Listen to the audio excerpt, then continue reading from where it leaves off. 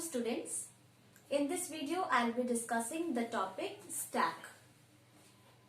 In the last few videos you have seen how to work with linear list and several operations were also performed in it like searching, sorting, merging, okay, and search by linear search technique and binary search technique, and in the same way insertions were done in different ways and you have worked with all those operations, right? So here I am going to discuss a very important data structure, and that is stack. So stack is a linear data structure. You have already learned about the classification of data structures and seen that linear data structure is the one that in which elements form a sequence. Okay, so in the same way here you will see that when you will be told about the concept of a stack, you will see that the elements of a stack form a sequence and that is why it is called as a linear data structure. ठीक है, और ये जो हमारा data structure होता है it particularly works on the principle of last in first out. So this is the basic principle with the help of which it performs its functionality.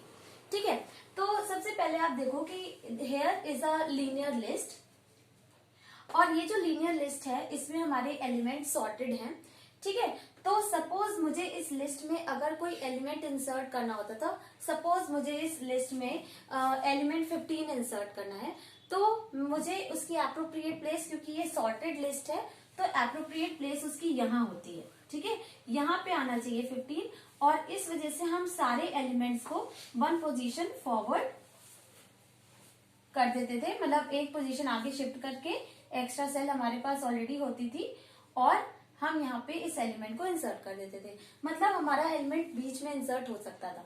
इसी तरह सपोज मुझे 4 इंसर्ट करना होता तो 4 मेरा इसमें 5 की जगह होता और बाकी सारे एलिमेंट्स एक एक इंडेक्स आगे चले जाते. यानी कि इस लीनियर लिस्ट में आप कहीं से भी इंसर्शन कर सकते हो, बिगनिंग में भी इंसर्ट हो सकता है, बीच में भी इंसर्ट हो सकता है, एंड में भी इंसर्ट हो सकता है. सपोज आप 70 इंसर्ट करना चाहते थे तो 70 यहाँ पे इंसर्ट होगा. ठीक है, तो एक लीनियर लिस्ट में हम कहीं से भी इंसर्शन कर सकते हैं. इन द सेम वे मान लीजिए मुझे डिलीशन करना है तो हम यूजर से एक एलिमेंट का इनपुट मांगते थे और जो भी एलिमेंट मुझे यूजर देता था, first of all we use to search whether that element is present in my stack or not, in my linear list or not. और अगर वो मुझे प्रेजेंट होता था और मुझे उसकी इंडेक्स पता चल जाती थी तो उस इंडेक्स से हम एलिमेंट को डिलीट कर देते थे. ठीक है, तो सपोज हमें 36 डिलीट करना था तो we start searching using any of the linear search any of the searching techniques. हम उसको ढूंढते थे तो मुझे ये इस इंडेक्स में मिल गया. मैंने 36 को यहाँ से डिलीट करने के लिए क्या किया, 42 को आगे किया, 54 को आगे किया, 69 को आगे किया, 70 को आगे किया और मेरा 36 यहाँ से डिलीट हो गया. यानी कि मेरे एक नॉर्मल लीनियर लिस्ट में कहीं से भी इंसर्शन पॉसिबल है और कहीं पे भी डिलीशन पॉसिबल है. यानी कि एक लीनियर लिस्ट में किसी तरीके का रिस्ट्रिक्शन नहीं होता है. ठीक है, लेकिन अगर हम उसी लीनियर लिस्ट में एक रिस्ट्रिक्शन लगा दें, and that restriction that I am talking about is last in first out. अगर हम उस लीनियर लिस्ट में ये रिस्ट्रिक्शन लगाते तो वो लीनियर लिस्ट स्टैक बन जाती है. ठीक है, तो normally stack is nothing but just a concept, लेकिन हम उसको किसी पर्टिकुलर डेटा स्ट्रक्चर पे इम्प्लीमेंट करते हैं उसका कॉन्सेप्ट, और उस टाइम पे जब वो डेटा स्ट्रक्चर उस प्रिंसिपल को फॉलो करेगा, यानी इस प्रिंसिपल को फॉलो करेगा, तो उस समय पे वो स्टैक कहलाएगा. ठीक है, तो अब ये स्टैक का प्रिंसिपल है क्या. सी, स्टैक हमारा क्या है, एक इस तरीके का बॉक्स आप समझ लो. सपोज हमारे पास एक बॉक्स है जो कि एक एंड से ओपन है, यानी only this and is open for this box. ठीक है, और अगर इस बॉक्स में हमें कुछ रखना है तो हमें इसी एंड से रखना पड़ेगा. ठीक है, और अगर हमें कुछ डिलीट करना है तो हमें इसी एंड से डिलीट करना पड़ेगा. यानी कि इंसर्शन हमारा टॉप से हो रहा है और डिलीशन भी हमारा टॉप से हो रहा है. ठीक है, यानी कि क्योंकि हमारे पास ये एक ही एंड ओपन है इसलिए हम यहीं से इंसर्शन यहीं से डिलीशन. तो स्टैक में इस पर्टिकुलर एंड को हम कहते हैं टॉप, जो कि कोई कीवर्ड नहीं है, it is just a relevant name that we keep for this end. ठीक है, अब क्या होता है कि इस स्टैक में अब आप जो भी एलिमेंट इंसर्ट करेंगे, suppose this is a box within which you have to keep books, ठीक है, इसके अंदर आपको बुक्स रखनी है और वो सारी बुक्स एक ही साइज की हैं, ठीक है। तो आपने क्या किया, सबसे पहली बुक रखी और उस बुक का नंबर है B1, ठीक है। अब उसके बाद आपने दूसरी बुक रखी तो आप उसके ऊपर रखेंगे B2, ठीक है। फिर आपने तीसरी बुक रखी, वो उसके ऊपर आएगी B3, ठीक है। तो इस तरीके से आप जो भी बुक रखेंगे वो पिछले बुक के ऊपर रखी जाएगी, ठीक है। अब अगर हम डिलीशन की बात करें तो सबसे पहले इंसर्ट कौन हुआ था, B1, फिर B2 इंसर्ट हुआ था, फिर B3 इंसर्ट हुआ था, ठीक है।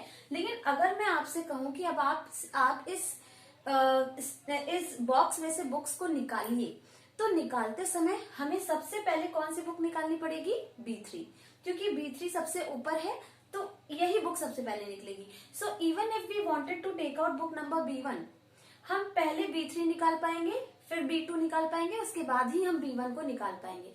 तो ये जो आपने इस बॉक्स पे एक रिस्ट्रिक्शन लगा रखी है ना कि जो एलिमेंट बाद में इंसर्ट हुआ वही सबसे पहले डिलीट होगा, इस पर्टिकुलर रिस्ट्रिक्शन के साथ जब हम कोई डेटा स्ट्रक्चर इंप्लीमेंट करते हैं तो वो हमारा स्टैक कहलाता है, ठीक है।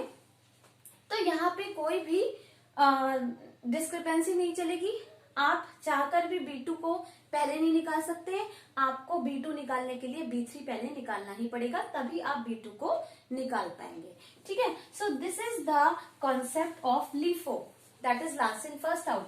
जो बुक आपने सबसे आखिरी में रखी थी, B3 को आपने सबसे आखिरी में रखा था, तो यही बुक सबसे पहले डिलीट होगी, ठीक है।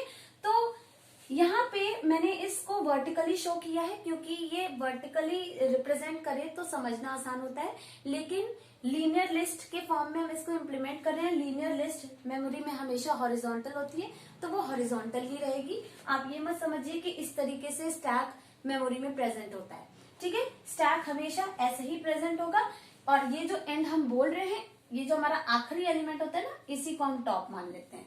मतलब जो लास्ट एलिमेंट है हमारी लिस्ट में वो हमारा टॉप मोस्ट एलिमेंट है, ठीक है। अब देखिए नेक्स्ट ये होता है कि हम क्या क्या ऑपरेशंस इसमें कर सकते हैं। हमने लीनियर लिस्ट में इंसर्शन किया, डिलीशन किया, सर्च किया, मर्जिंग की, बहुत सारे ऑपरेशंस किए। स्टैक में हमें बेसिकली 3 ऑपरेशन पढ़ने हैं। First is insertion, second is deletion and third is display. यानी कि स्टैक में किसी एलिमेंट को हम इंसर्ट कैसे करें, उसको हम डिलीट कैसे करें और हम डिस्प्ले कैसे करें, ठीक है। अब यहाँ पे कुछ टेक्निकल टर्म्स यूज होते हैं, जैसे कि inserting an element into the stack, इसको हम कहते हैं push operation. This is just a technical term which is used with reference to stack. तो जब भी हम स्टैक में किसी एलिमेंट को इंसर्ट करते हैं तो हम एक एलिमेंट को पुश करते हैं, और इसीलिए इसको कहते हैं पुश ऑपरेशन, ठीक है। नेक्स्ट हमारा डिलीशन यहाँ पे कहलाता है पॉप ऑपरेशन। तो whenever we delete an element from the stack, हम पॉप ऑपरेशन अप्लाई कर रहे होते हैं। And why is it called pop, because you can see here that the element B3 is popped, okay. उसके बाद B2 pop होगा। तो ये कुछ रेलेवेंट टर्म्स हैं जो यहाँ पे टेक्निकली यूज होते हैं, but these are not at all keywords, ध्यान रखिएगा, ठीक है। उसके बाद हमारा आता है डिस्प्ले। इसका मतलब है कि हम इस स्टैक में प्रेजेंट सारे एलिमेंट्स को डिस्प्ले कर दें, यानी कि B3 को पहले डिस्प्ले करेंगे, फिर B2 को डिस्प्ले करेंगे, फिर B1 को डिस्प्ले करेंगे। यानी जिस ऑर्डर में आप इन एलिमेंट्स को निकाल पाएंगे उसी ऑर्डर में एलिमेंट्स को डिस्प्ले करते हैं। ये भी हमारा स्टैक का प्रिंसिपल लीफो की वजह से है, यानी जो एलिमेंट आपने सबसे आखिरी में डाला वही सबसे पहले डिलीट होगा। अब नेक्स्ट बात ये है कि जब भी आप इन ऑपरेशंस को परफॉर्म करते हैं तो कुछ चीजें इंपॉर्टेंट ये हैं कि डिलीशन में आप यूजर से कोई चॉइस नहीं मांगेंगे कि हम कौन सा एलिमेंट डिलीट करें।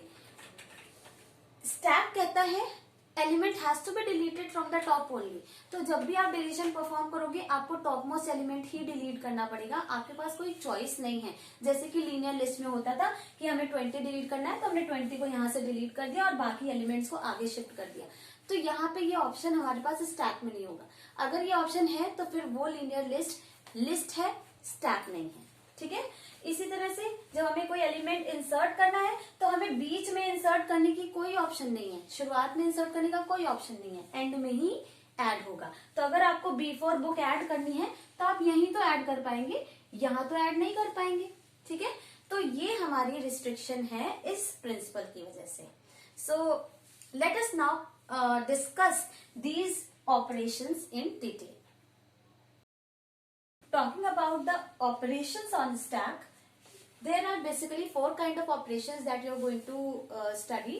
First is push operation. Like I told you, it is inserting an element into the stack. यानी जब भी आप एक एलिमेंट को इंसर्ट करते हैं उसे पुश ऑपरेशन कहते हैं।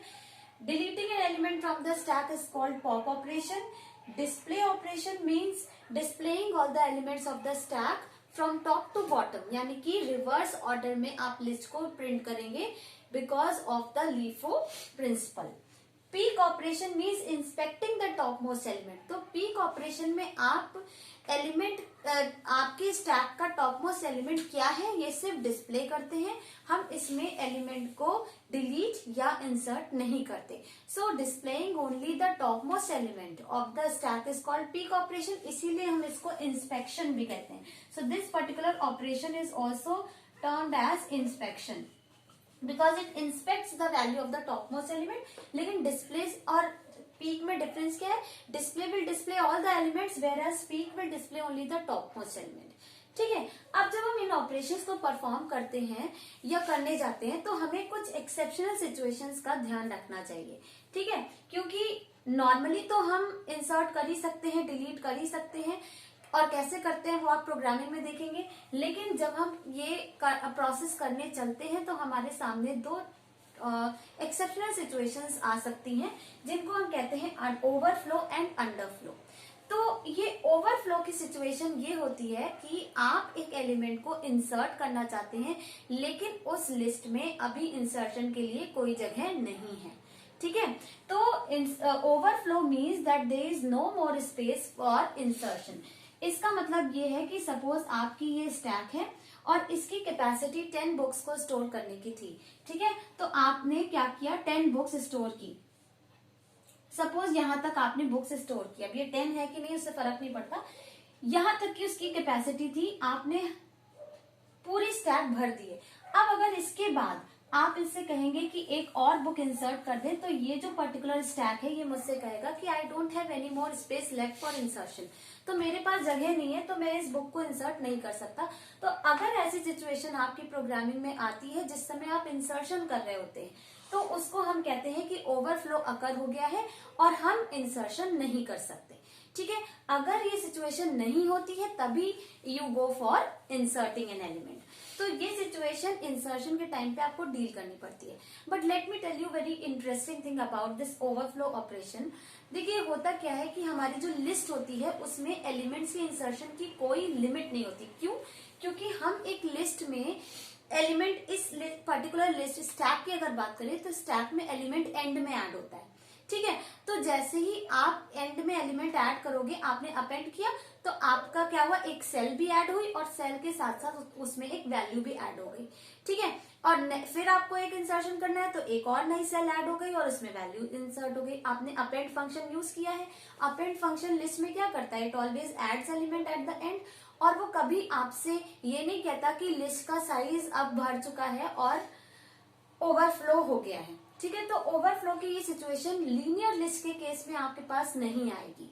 ठीक है, लेकिन इसी स्टैक के कॉन्सेप्ट को अगर आप नमपाई एरेज पे इम्प्लीमेंट करोगे तो नमपाई एरेज जो होते हैं उसमें साइज फिक्स होता है। तो आप जिस समय उस एरे को बनाते हैं आप उसका साइज फिक्स कर देते हैं। तो अगर उस साइज के बाद आप एक एक्स्ट्रा एलिमेंट ऐड करने की कोशिश करोगे तो आपको वहां पे ओवरफ्लो की सिचुएशन को डील करना पड़ेगा। But since we are working upon linear list तो इसलिए हमें इस कंडीशन को फेस नहीं करना पड़ता और इसीलिए हम इसके लिए कोई प्रोग्रामिंग में कंडीशन लिखते भी नहीं है। लेकिन अगर लिस्ट को कहा जाए कि रिस्ट्रिक्शन है कि उसमें 10 ही एलिमेंट्स आ सकते हैं, 11th एलिमेंट इंसर्ट होने आए तो आप कह दीजिए ओवरफ्लो हो गया, तो उस केस में हम ओवरफ्लो को डील कर भी सकते हैं. So it will always depend upon the question that is being given to you कि आपको ओवरफ्लो चेक करना है कि नहीं.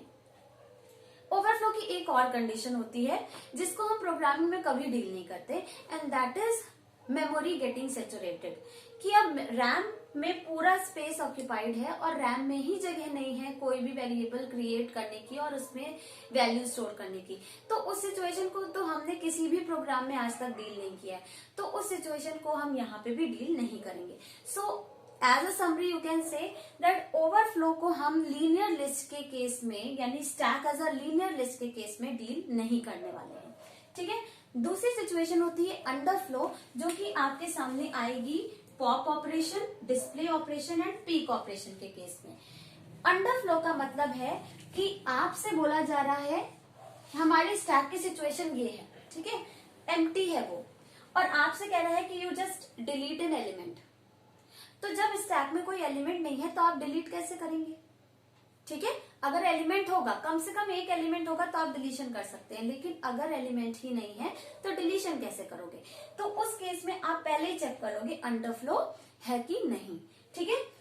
डिस्प्ले में भी यही प्रॉब्लम आएगी. आपसे कहा जा रहा है कि स्टैक के एलिमेंट्स को डिस्प्ले करो, लेकिन आप बताइए जब उस स्टैक में कोई एलिमेंट है ही नहीं तो आप उसको डिस्प्ले कैसे करेंगे.